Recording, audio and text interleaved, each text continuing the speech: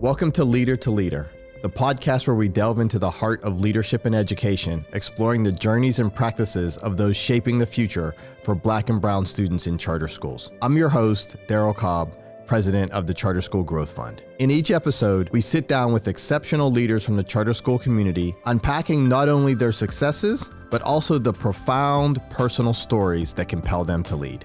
Our conversations aim to surface actionable insights and highlight what it takes to build a great school. Whether you're an educator, a leader, or someone passionate about the transformative power of education, there's something here for you. Let's discover together what makes these leaders tick, the challenges they've overcome, and the wisdom they've gained. Welcome to Leader.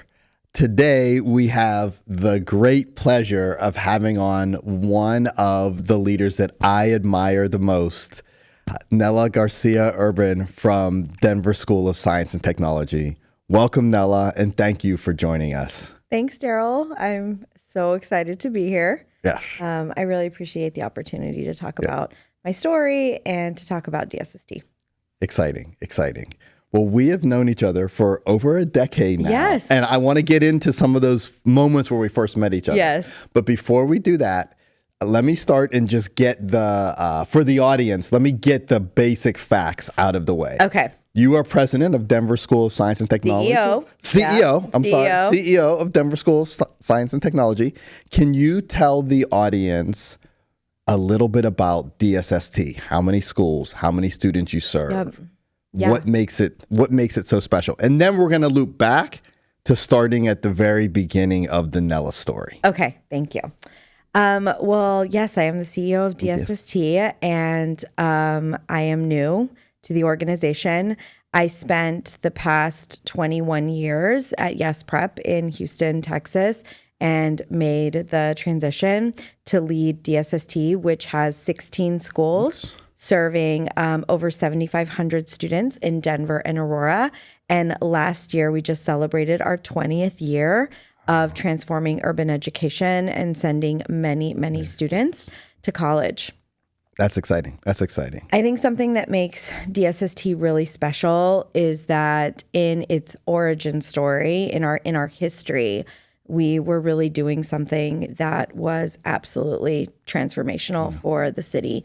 Ensuring that every single student, regardless of what neighborhood they came from, had an opportunity to engage in a STEM education and also be prepared to go to college. So for the past 20 years, like many amazing charter schools, 100% of our students have been accepted into a four-year college or university with really high matriculation rates. And actually something we're seeing in a Charter School Growth Fund study is that DSST graduates have a really high likelihood of ensuring that they're moving into careers that are giving them transformational opportunities for themselves and their families. And that's something so important to us for the Denver and Aurora community. I think something else that makes us special is our STEM focus. Yep. We know that in STEM careers, Black and Latino professionals are underrepresented at every level. Yes. And at DSST, we strive to break that mold. We strive to break that mold for our students that identify as girls and females. We strive to break that mold for our Black, Latino, and other marginalized group students. And I think that we have a track record that's showing what's possible. So many questions in that. So many questions in all of those great stats that you just dropped and the amazing impact you all are having for students in Denver and Aurora and the surrounding communities. However, we will get to those in a few minutes. Okay. I want to go all the way back. Okay. So take me back to little Nella and tell us a little bit about you. Where did you grow up? What were your hopes and dreams as you were a young person for what you wanted to do in your life? Yeah. I am originally from the Rio Grande Valley, which is the very most southern tip of Texas. And I grew up on the United States-Mexico border in a really incredible community that was bicultural, bilingual, and extremely rich in terms of our pride in who we are and our culture. However, our opportunities when it came to education were limited. And I am such a zealot for charter schools because I believe that I would have been like a perfect student for a charter school. Because I love to learn, I love to read, and I loved school from the academic standpoint, but school was really about like the social aspects and the expectations for kids like me, Latino kids who grew up in the border, were extremely low. And I always felt like I was like trying to like break out of those low expectations. And my family very much prioritized education. I had a lot of teachers in my family. And so, they were the mechanism by which I knew like, okay, there's something else that I need to do. Early, I changed like what I wanted to do so many times as a kid. Like at some point I wanted to be like a fashion designer, and I would draw like pictures of clothes like in notebooks. My mom has like found them and shown them to me. At one point I was really into medicine, and I wanted to be a doctor, but I was not, I like science wasn't really available to me, or math. There were a lot of fixed mindsets that I took on from my teachers. And so that path didn't work. At one point I thought that I would be a lawyer, because, that was a career that we assumed was going to really like give me some kind of opportunity that my family desired for me. But I knew like in my deepest core that I always wanted to be a teacher. My dad actually bought a chalkboard, like one of those old school ones that you flip.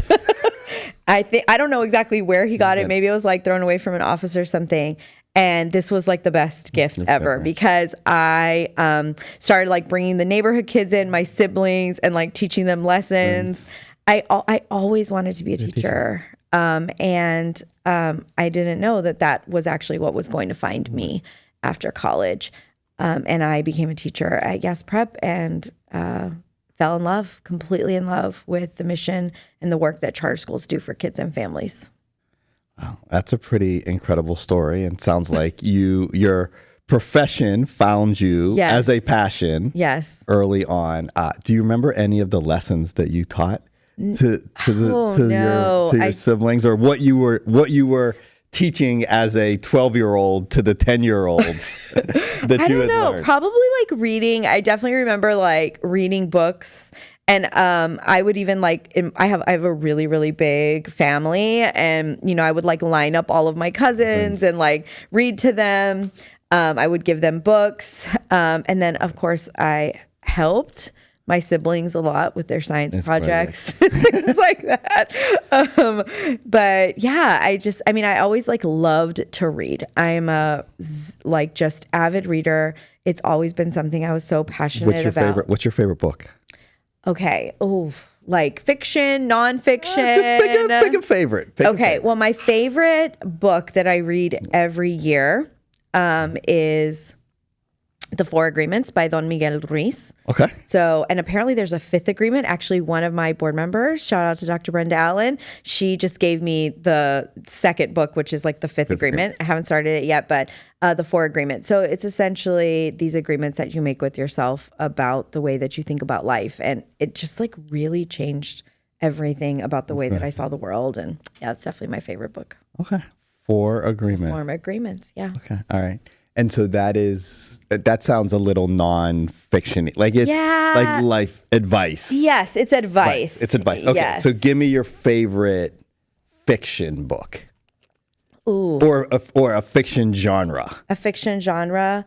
I have been collecting Latin American literature since the very first book that I ever read, which was late in my teens.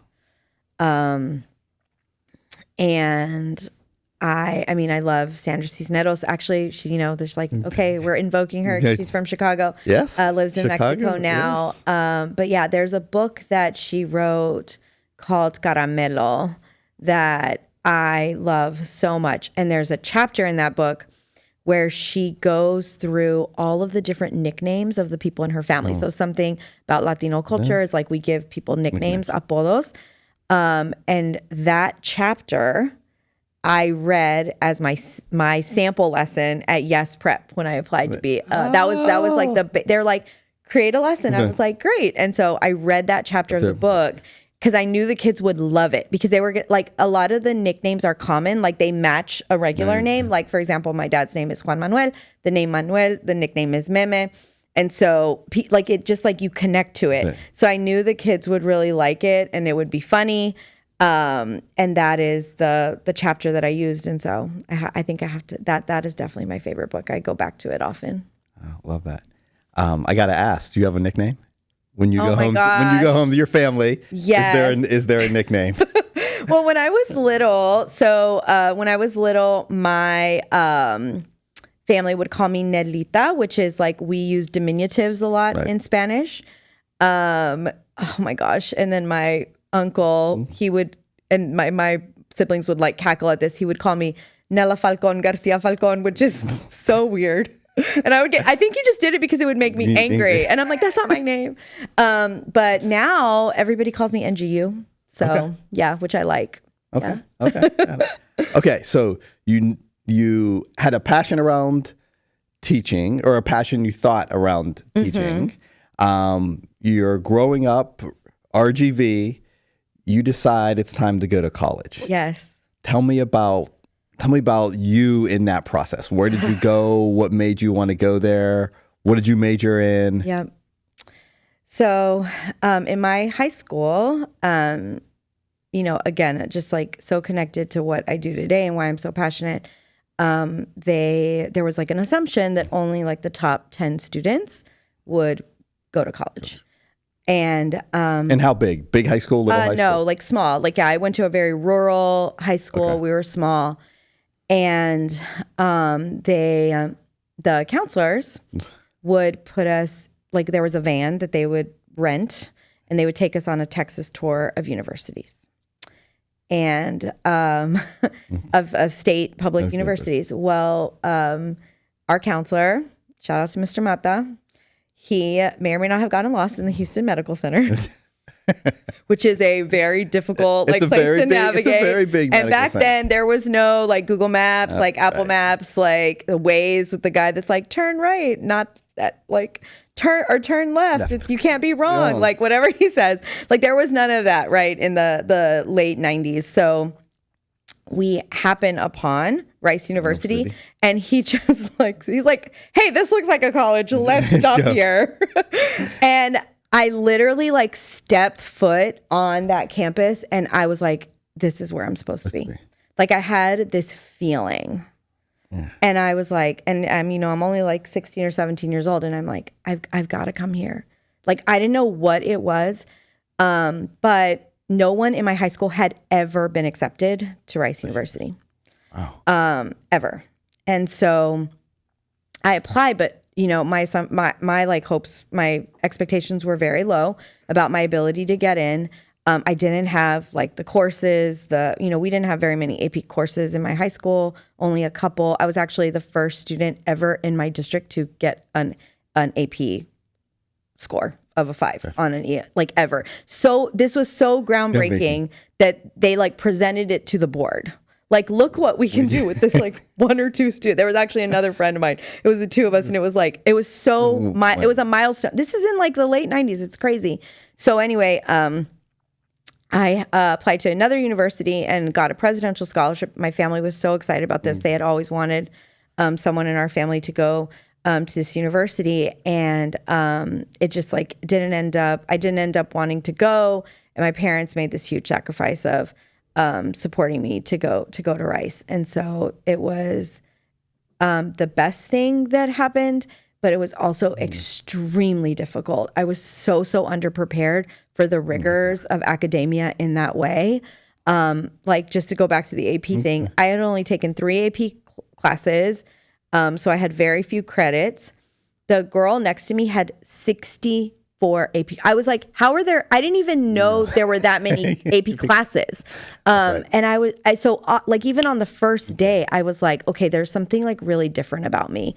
Not only did I not have like, I would go to classes and people would say, didn't you do this in high school? And I'm like, No, we did not. We did not have this type of preparation in high school. The other thing that really signaled to me that I was different, other than the fact that we were just such a small group of students, there were only like 75 Latino students in Houston, right, at this school, was the way I spoke. My accent, coming from a community where we speak Spanglish and like have a certain accent in the way we talk, like people would ask me like, where are you from? And I'm like, Texas. But they're like, and this was before everyone knew about microaggressions. So they were just like macroaggressions. We didn't have language for it. Right. Be like, you don't sound smart. And so I started realizing like there's something really different about me. And I started to really question like, what am I doing here? Like, what would make me think that I could do this? And I call home and I'm crying and I'm like, I just want to come home. And my dad was like, first of all, we already drove you all the way up there through like a hurricane. Like you need to stick this out in Spanish. Like you got to stick this out. You gotta try. And there were just so many things as I look back that signaled to me that I was like first, only, and different, right? Like my grandmother would send me these like care packages and they would have like tortillas in them and tamales and like Mexican candies, and people would be like, what is that? And I'm like, just wait. Now I'm like, just wait. You know why? Because 20 years later, everybody wants tajin. Everybody wants tajin like on their drink. But back then everyone was like, what is that? Right? Like, so, it was just like so different. And then eventually I started to realize through my coursework that like, oh, wait a minute. It's not that I'm not like as smart. It's just I didn't have the same access. That's right. And I then became like obsessed with like, what are these systems in education that create such a difference for me than for other kids? And like, I wanted to just be like part of that when I found Yes Prep. All right. So you're setting the world on fire at Rice University. Beautiful campus. Mm-hmm. By the way, my parents live outside of Houston. Oh, really? So I have gotten lost in the medical center and ended up at Rice. So I know how that. You know how that I know goes. how that works. I know how that works. Yes. So you said, I wanna teach. Mm-hmm. What attracted you to teaching in a charter school? Because a lot of times young people coming out, they don't know the difference between a charter school and a traditional system. They just know they want to teach. Mm-hmm. And so what attracted you to going to Yes Prep, a well-known, well, not as well-known then, a well-known now, chartered network in Houston? So I was working as an apprentice to this reading specialist in Houston who essentially would tutor affluent family students to be competitive in the private school sector in Houston. She had a friend who worked at Yes Prep, and they ended up contracting us to go tutor students who were struggling with their reading skills coming into 6th grade. So it's a very early intervention idea. And when I got there, I was just like, what is this place? I saw all, Black and Latino kids, but they were like excited about school, right? Like they were like intense about their learning. They were like all raising their hand. Like I had never been in a classroom like that, where when the teacher's asking a question, there's only like the 1 or 2 kids, and then those kids are, ostracized. You're not cool for like raising your hand. And I was like, no, actually here, that is the currency. And I'm like, whoa. And they were like, and everywhere there were these messages about college, and there were these, the school was created to increase belief in kids about their learning. And I just like fell in love with it. I was like, this was like for me. And I still though decided to go to law school, but I could like never get this out of my head. And I just was like, I think this is my path. And I took a huge risk, like quit law school and became a teacher. You got into law school. Yes. I started. Mm-hmm. You started law school. And it just like was not for me. I'm like type of person, as you know, like I have to be passionate about something. Like my like emotional alignment has to be with the thing I spend my brain on, like the brain energy on. And it just like wasn't for me. I just couldn't get excited about a system that I felt like you were working against justice in so many ways.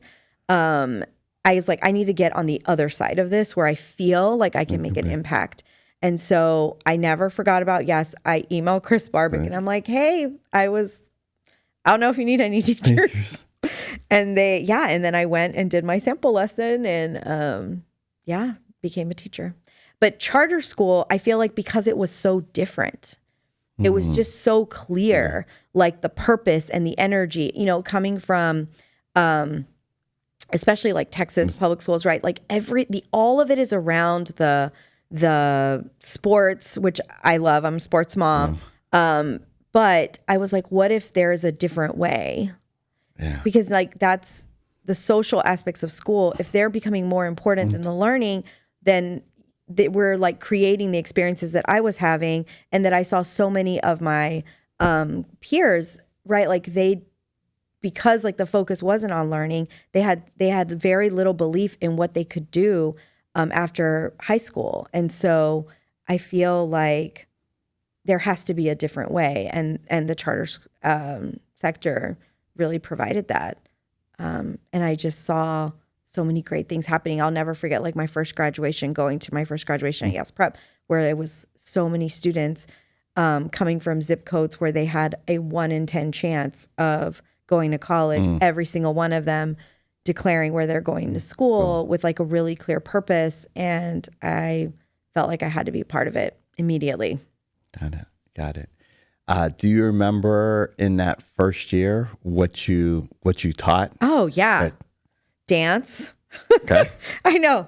It was, but this is back when you would have so many preps, like early days. Dance. I also taught Spanish, which was so fun. And I also taught reading. Yeah. Okay. Reading. So we're going back to you teaching reading. Yes. And I love teaching reading, and I love teaching kids to read, especially students who felt who've carried a lot of shame because they're in their adolescence and they know like, hey, I'm not where I need to be. And part of the gift I think I have is motivating and like helping students like see themselves differently. Because, it's funny because at that time, Yes Prep was a secondary model, 6 through 12. DSST is also only a secondary model. Eventually, we opened elementary schools at Yes, which was just like one of the most important and defining moments of my career. But when you start in 6th grade, the students that are enrolling in your school, they have likely not had, so a lot of them have not had good educational experiences, and it starts with being able to read. And, I think, of course, if you start earlier, like things are so much better for kids, but that's not the story for every student. And so I just am like, I loved being able to teach students in their adolescence who had a negative experience, because once you're able to read, like everything else unlocks for you. Yeah. So many things. Okay. So you are a reading and dance teacher at Yes at Yes Prep. And I know you, over the course of a 20+ career at Yes Prep, sat in a bunch of different roles. Yes. So you were not just a teacher and then became the CEO at DSST. There were a bunch of steps in between. And so can you tell us a little bit about that journey? Because I think it's unique because you've got to do and see so many different sides of how an organization works and how those things influenced you becoming the leader you are today. Yeah, I do have like, sometimes you hear the statement that careers are like jungle gyms. And I think mine is kind of like that. Even though you would not be finding me on the playground and I'm in the corner like reading a book. That would have been me. My son is at the top of the jungle gym, then Supermaning off of it. So I was a teacher, and then interestingly, and I'm gonna share these because I think for people listening, think about how every step, it matters, and there's like an influence that it has on where you ultimately want to end up. I was in a role where I was an academic support coordinator, where we would take our 10 to 15 students in sixth grade who were struggling the most and figure out ways in which we would find the right supports for them.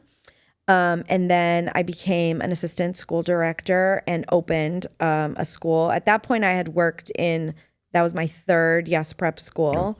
And we opened inside of Lee High School. So it was like one of the first district partnerships.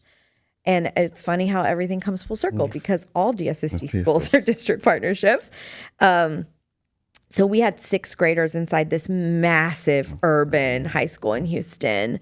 And it is still like one of the most important aspects of my journey because this school was made up of students from all over the world, truly all over the world, many, many different languages spoken because this is like the most densely populated and most diverse zip code. One of the most in the country, where you have refugee families, immigrant families coming together. So Yes Prep Galton is just such an important part of my story. And then from there, I'd always been so passionate about teaching. I led our teaching excellence program at Yes, which I was a part of. I was in the first cohort of. We made it the first ever accredited certifying program in Texas by a charter school. I did that for a number of years and then started realizing like, hey, like there's only so much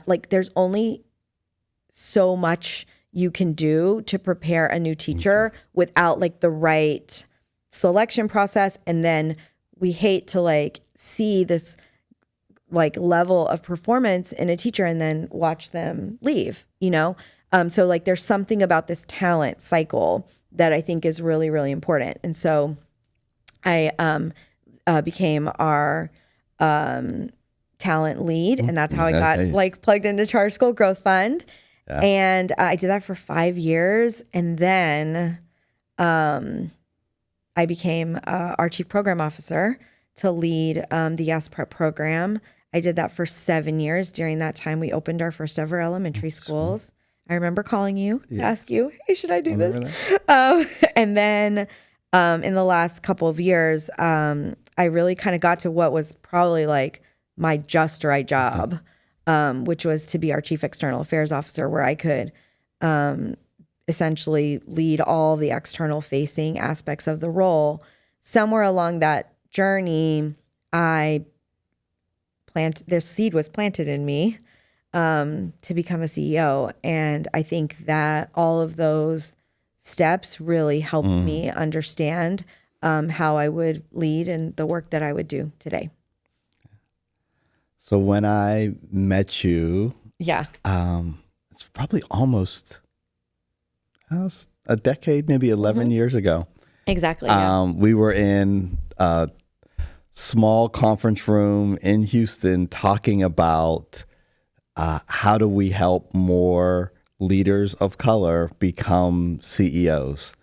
And little did we know when we were having that conversation a decade ago that we would be sitting here today having a conversation with you as the CEO of the largest charter network in Denver. Yeah, in Colorado. Colorado, in all of Colorado, even bigger, bigger.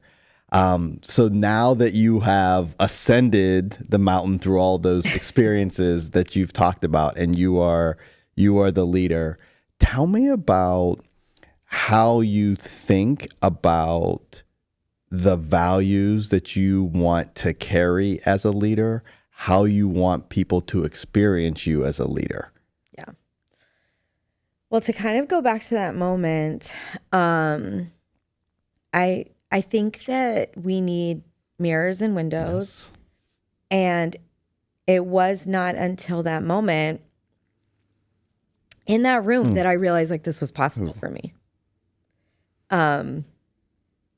Because I had never seen it. Like I had never seen it. And so meeting Malka Borrego, the founder and CEO of Equitas, who's now such a dear friend, and Francis. Yes. Like I just, Teso from Voices. I never met a Latina CEO until that moment. And I was like, wait a minute, like, this is possible. So, I mean, I know you've done so much incredible work to support those leaders, but I wonder if like one of the most impactful aspects of your legacy is just going to be proving, like showing people that this is possible. And so I think that that like planted this little seed in me. And as you go through your leadership trajectory, you start to really understand like, what are my values and how do I want people to experience me? Fundamentally, I want for folks to experience me as like a fierce Latina leader in pursuit of equity for our communities. And I think that the way that I would want to go about that is by being like extremely clear about what's important, which for me is college readiness for all kids. And the second would be being unapologetic about the importance of pursuing educational equity and being okay fighting distractions and putting like really strong stakes in the ground about what is important for our students.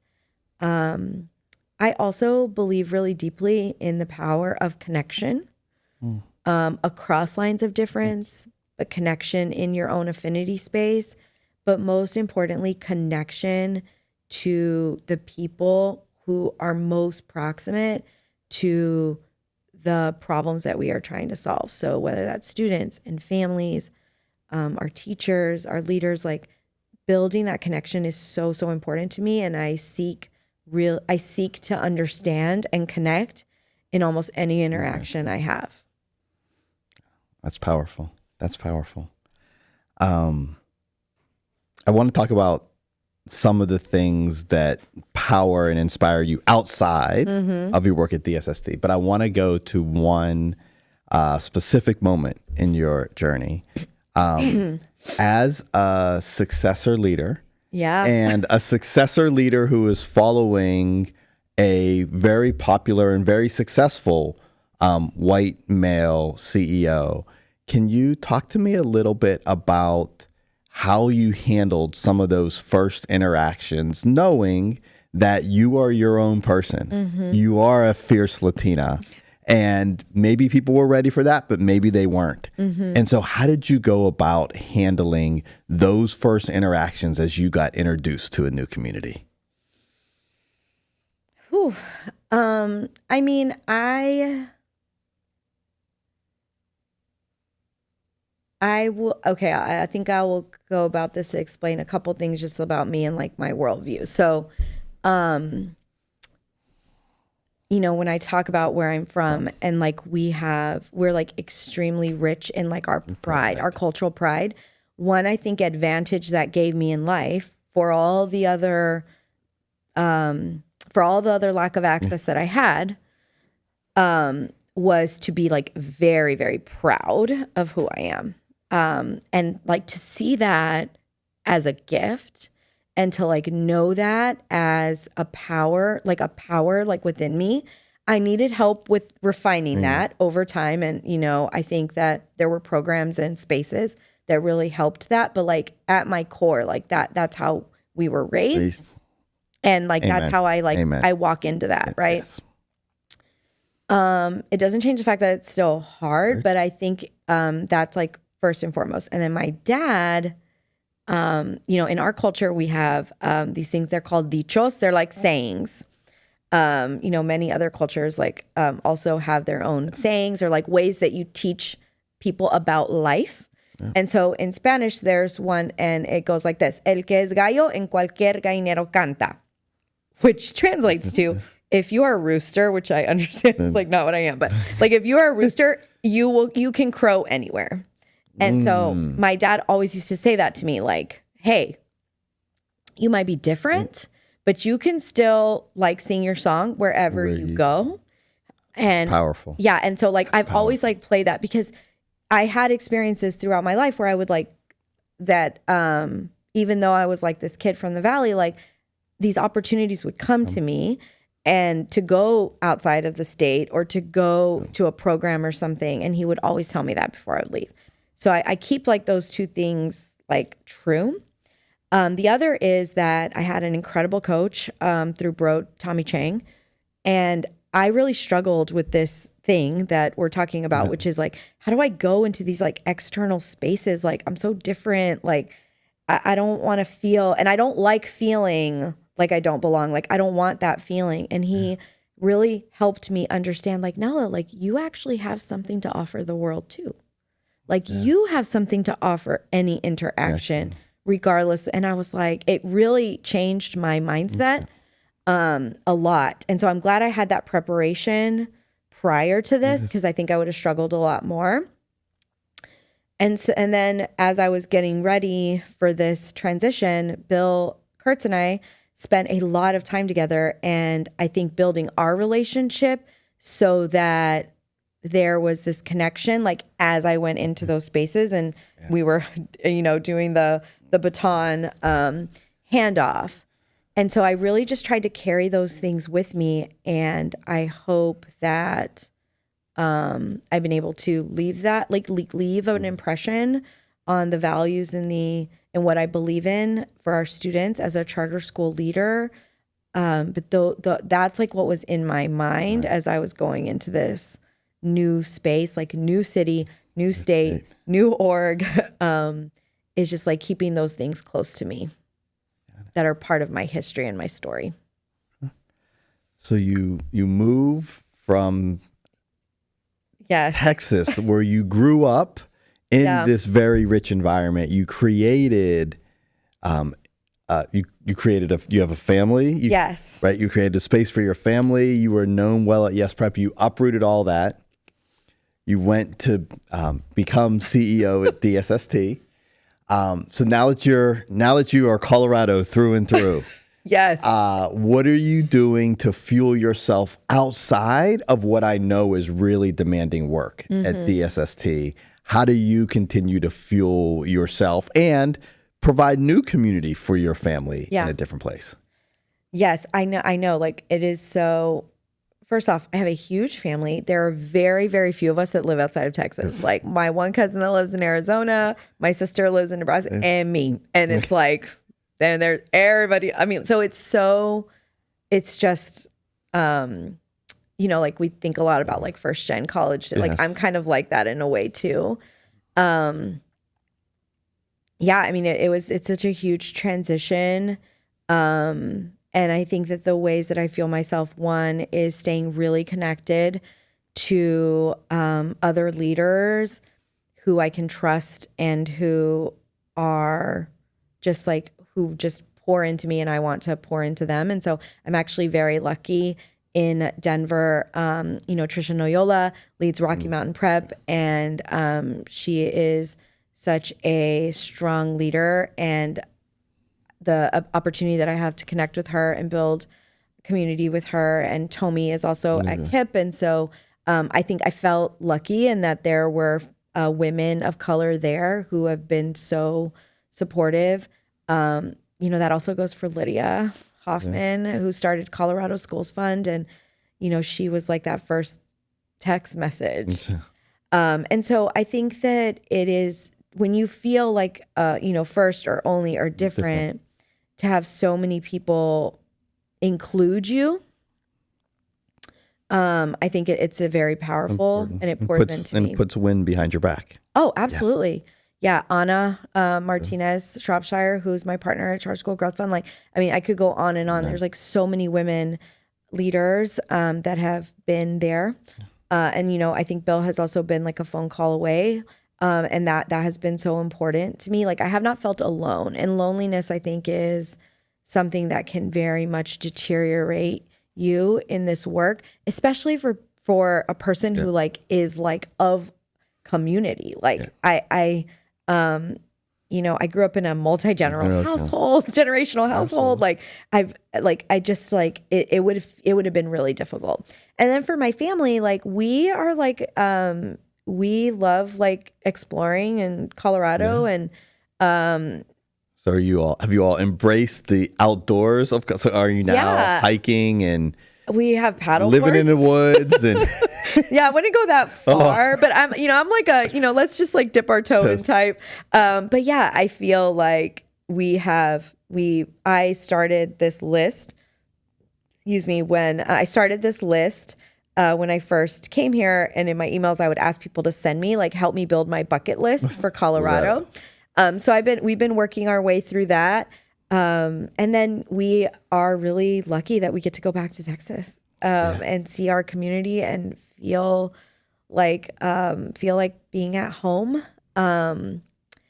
But I think everything happens like for a reason. And there was something about DSST that I just felt called to. I cannot explain it, because it's very difficult for somebody like me. I'm an extremely loyal person. Like, I loved Yes Prep. Like, I love that organization. I felt like my fingerprints were on it, like alongside all the leaders that have been there for a really long time, had incredible work partners and friends. But there was just like, I don't know what it was. I just like felt called to it. And every day there's something that reminds me about why I'm there. Yeah. That's good. There's a strong theme. You were called to teaching. I was. Yeah. You were called to Rice. You were called to Yes Prep out of law school. You've been called to DSST, right? That's a really, really strong through line of you listening to what's in your spirit. Yeah. And that guiding you in what you do. That's powerful. That's really, really powerful. Yeah, I never thought about that until this moment. Really powerful. All right. So you described at the beginning of our conversation that there's a proud history of DSST and 100% of students getting admitted to four-year colleges, which is just incredible work that you all do. So what's next? Where do you want to take the organization? What's the conversation you and I are having a decade from now? Yeah. About what is true about DSST? I feel like there's so much opportunity in Colorado for great charter schools and an incredible ecosystem of charter schools in Colorado. I think that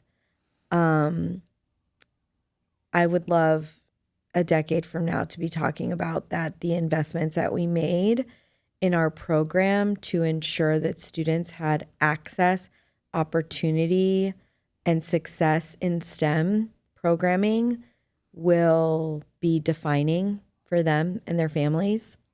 That's not to say that like every single kid is going to get excited about those things, but that more and more students to break the statistiks. Like, as an electrical engineer, you're speaking to my heart. Yes. You're speaking to my heart. Okay, so my son, I was talking to him about the DSST middle school program, and he's getting really excited about it. That was actually one of the reasons why I felt called, because I was like, he's going to have an opportunity that he wouldn't have had in Houston.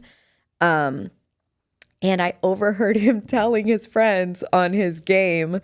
He still, talks to all his homeboys.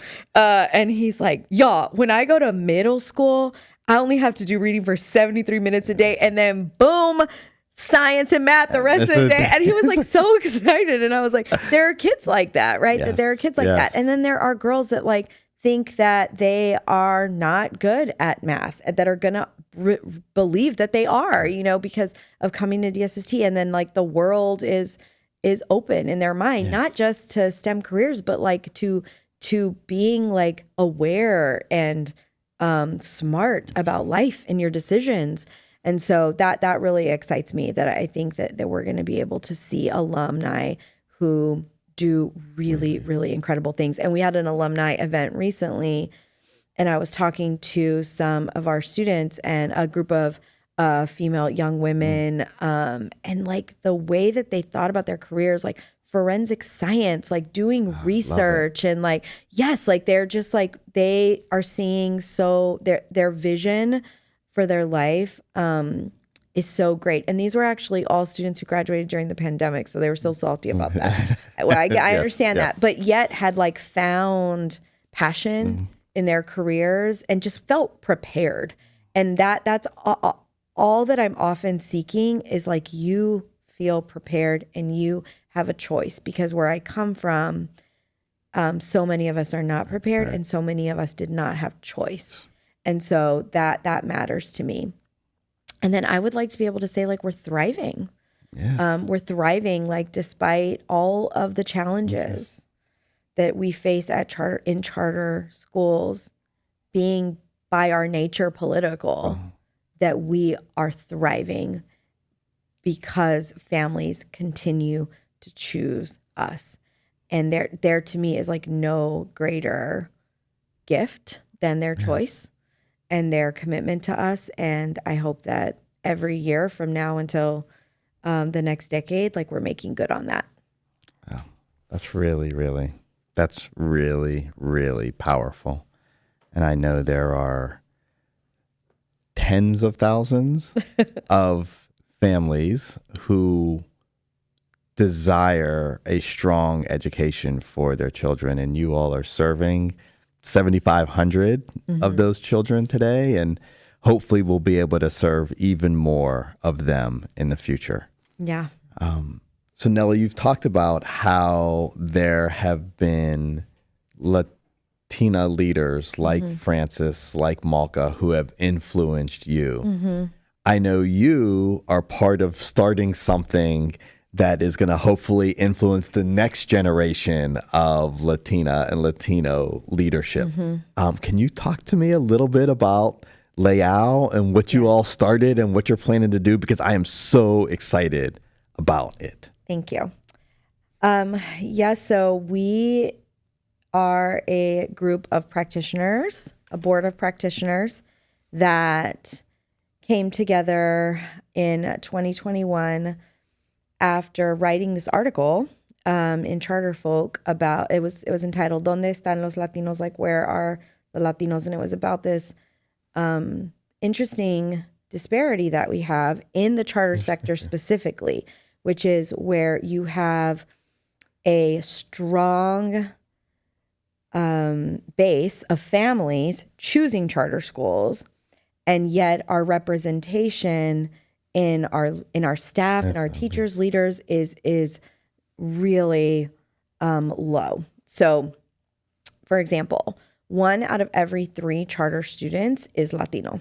And if you are a charter student, a Latino charter student that goes through a pre-K through 12th grade pathway, the statistics show that you would only have 5 Latino educators in full feeder pathway, which we know from so many other aspects of research that having teachers of color is really important for students. Yes. And so we like really, as an organization, Leal, Latino Educators Advancing Leadership, like grapple with this representation issue. Like, why is it that Latino families, which are one of the early adopters of charter schools, a big report just came out from the Alliance talking about that while there's enrollment decline across the country, charter schools are actually adding seats.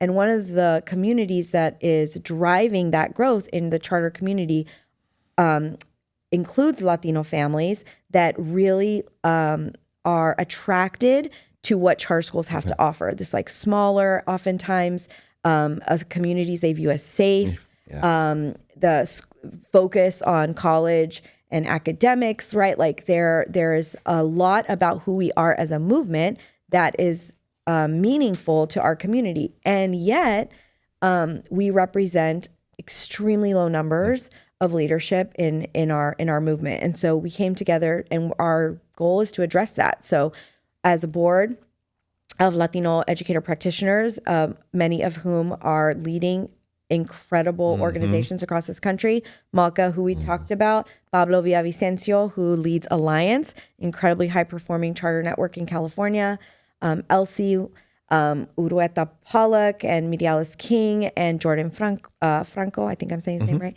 Like we're all across the country. Aida Acosta, who's here leading college work at Noble in Chicago, we came together and we're focused on a few things. Number one, we want to be visible in spaces where we are typically invisible. So at many charter conferences across the country, you will not see not one session that talks about our community. You will not often see Latino leaders on the main stage or on panels. And our goal is to address that and to be present.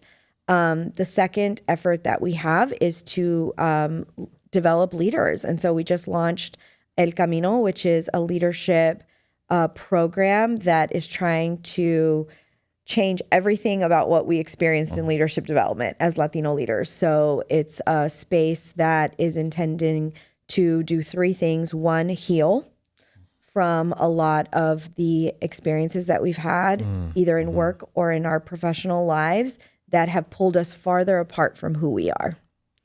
The assimilationist messages about being a leader, we're trying to like address those through healing, through building community with each other, but also with Latino leaders who have been successful in the charter space. And like we just had our first convening in Denver, and we brought leaders in to build that networking community, much like my like moment that was so meaningful to me. And then the third is getting them access to like strategic leadership development through experienced Latino executive coaches. So that's the work of Leal. Leal, it to me, like I hope that I do incredible things in the work that I've led in my charter networks. But to me, that's like our legacy, because like who is going to come after us? Who is going to think about our community in this way? And it's also incredibly special to me because Leal was my grandmother's last name. I did not realize that. Yeah, and it in Spanish, Leal means loyalty, and so one of our values is that we are fiercely loyal, fiercely leal to our community and to our history and to our diaspora. And my grandmother was the like most influential person in my life. So, I think that this work, it's one of the ways that we honor our ancestors, but also one of the ways that we think about when we are ancestors, how we have planted these incredible seeds of leaders in our community. That's incredible, incredible work. And so thrilled that all of you have come together and bring your brilliance and your expertise and are passing that on to the next generation. Yeah. And a decade from now, when we have this conversation again, that's going to look completely different. Yes. It's going to look completely different because of your efforts. I hope that, I guess I should say, I expect that there we go. There we go.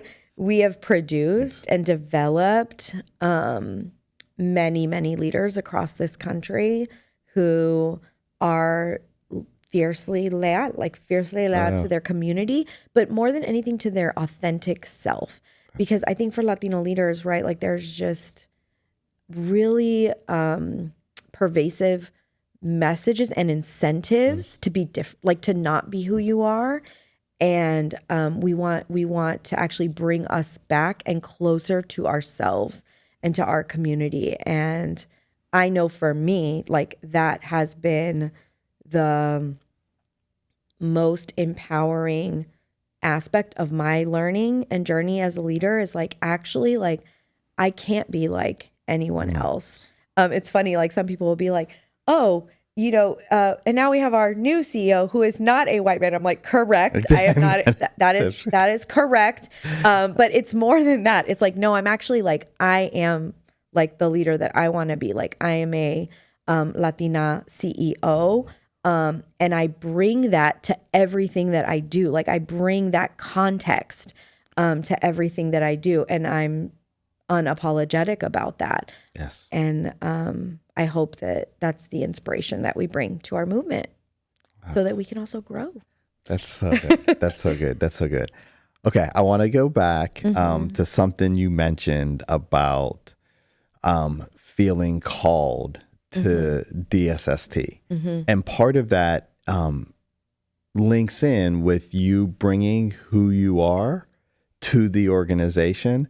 But there are things there that you said affirm that you are in the right place. Yeah. They affirm that this is the spot for you and this happens for you on an almost daily basis.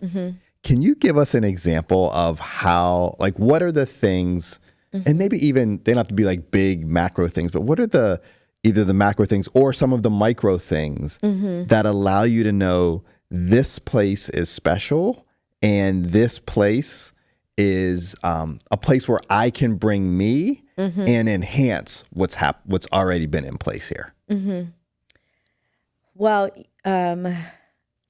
within the first month, it was it's like serendipitous that I came in and then the majority of the team went on spring break, but we actually are in 2 districts, Denver Public Schools and Aurora Public Schools. And when everyone else went on break, like I had just started, so I was ready to work.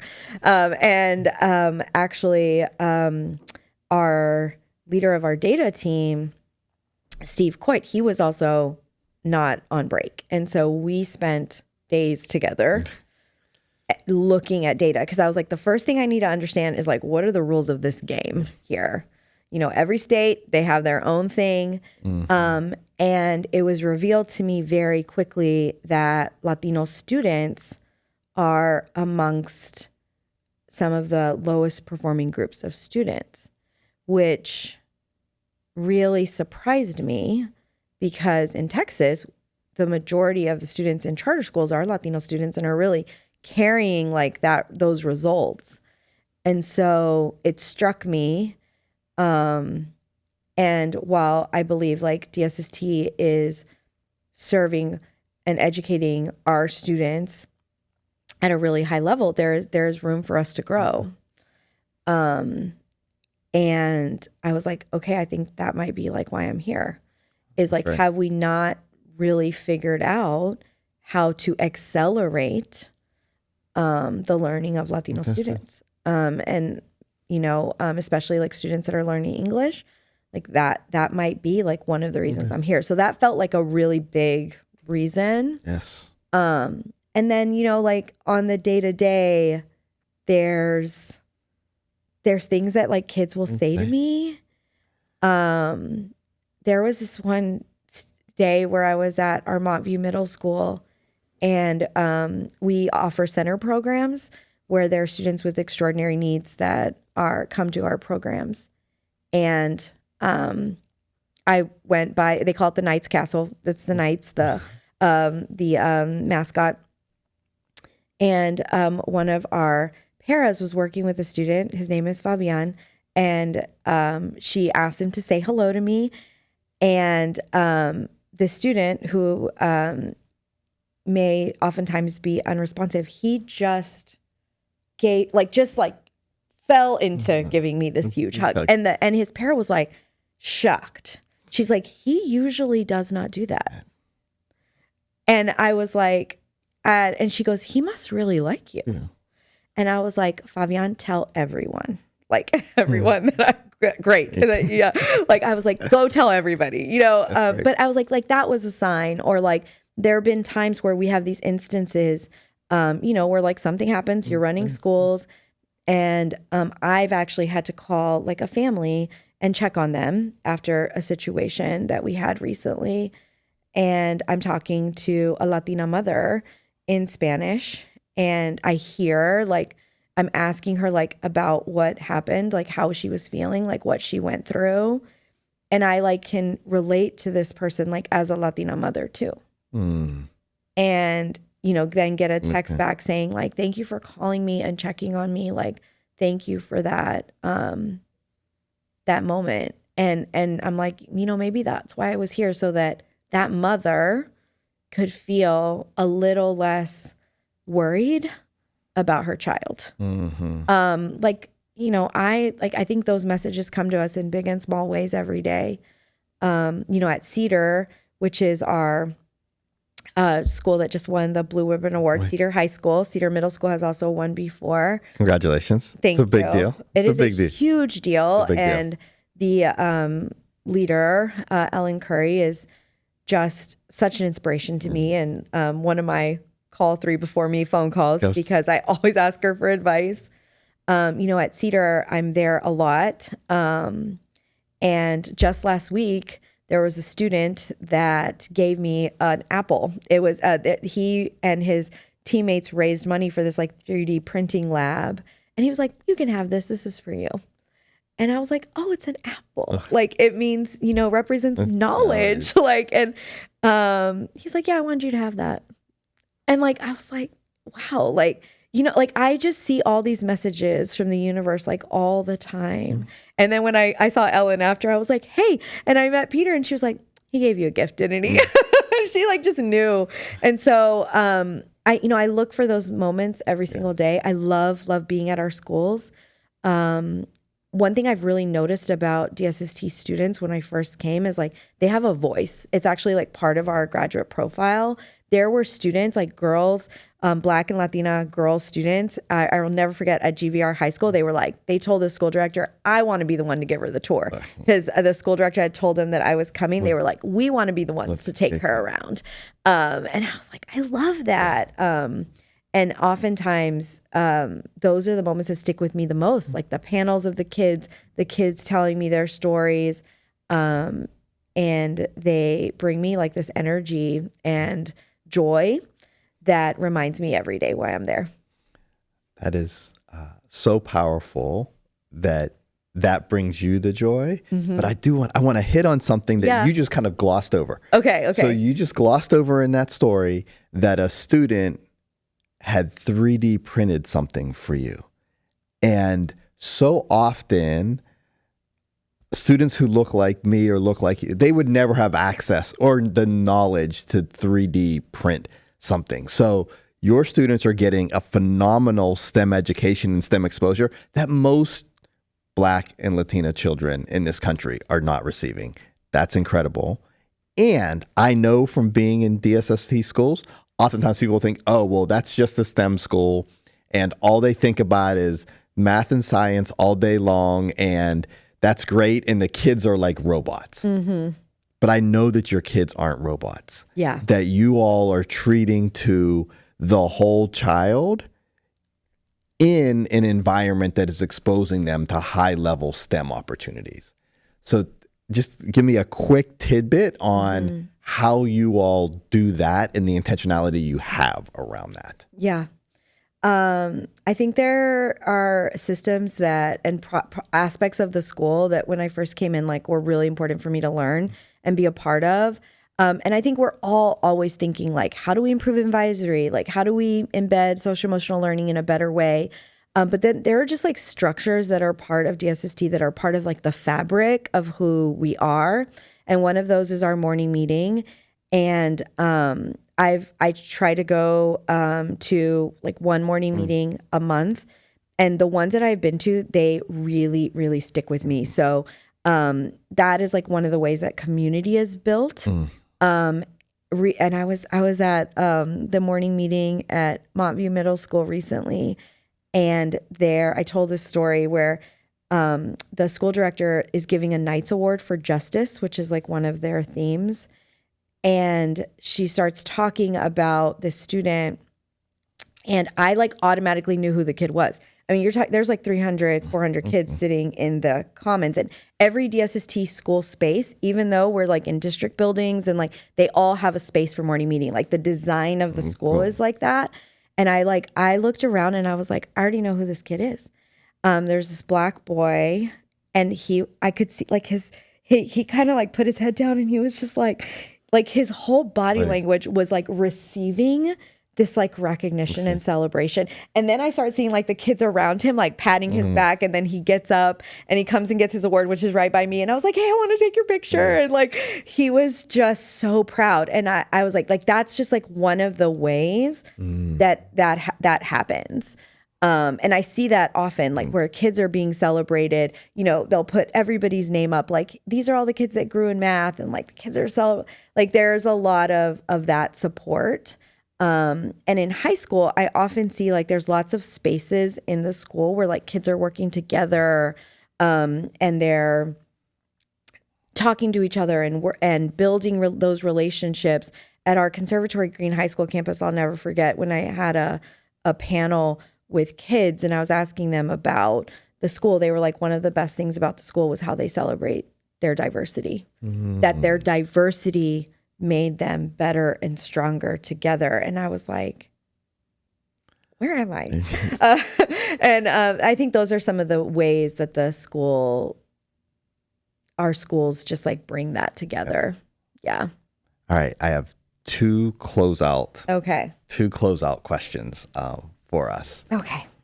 So first one, if you were to go back and talk to young Nella, who is at the chalkboard and delivering lessons for her cousins, and reading books and stories to them, what would you say to her to ensure that she is going to live out her dreams? I think I would say listen. Listen to your intuition. In Spanish, we call it like, there's a related concept. It's called a presentimiento. Okay. It's like a feeling that you have, almost like a little foreshadowing, to kind of connect to what you said about calling. I think to listen to your ancestors. I think that connecting with my ancestors and that guidance has been extremely powerful for me. Actually, like one of the reasons that I'm here. And then listen also to the people that you care the most about. When I look back at some of the work that I'm the most proud of, it came because I was listening to students or teachers or leaders and felt like something like clicked, that I was like, I've got to figure out a way to solve this problem. Or so I think like I would just remind myself to listen, because when you're a little chatterbox like me and your brain never stops like going, it's actually hard for you to truly listen. And I actually wonder if that's like one of the greatest gifts that we give other people, is just listening to them. So I think that's what I would tell her. Slow down and listen. That's beautiful and powerful. And thank you, Nella. Thank you for the opportunity. Thank you for coming. Thank you for sharing. I stand so in awe of what you are doing at DSST, and know that whatever you need, I am a card-carrying member of the Nella fan club. Thank you. And got your back. Thank you. We have, I think, an incredible team. I think like I've come into an organization that was a tremendous community for a mission that has the ability to have an incredible impact on kids and families and the state. And I often just feel like really lucky to be part of that community. And I tell the team all the time, like, I am so proud to be a member of this team, and the acceptance that I felt from them has been really powerful. And so thank you for that. And like everything, like we don't do it alone. And so, and I feel lucky about that. That's right. Well, thank you so much for being here. Thanks, Darryl. This was fun. Thanks, Nella. This was great.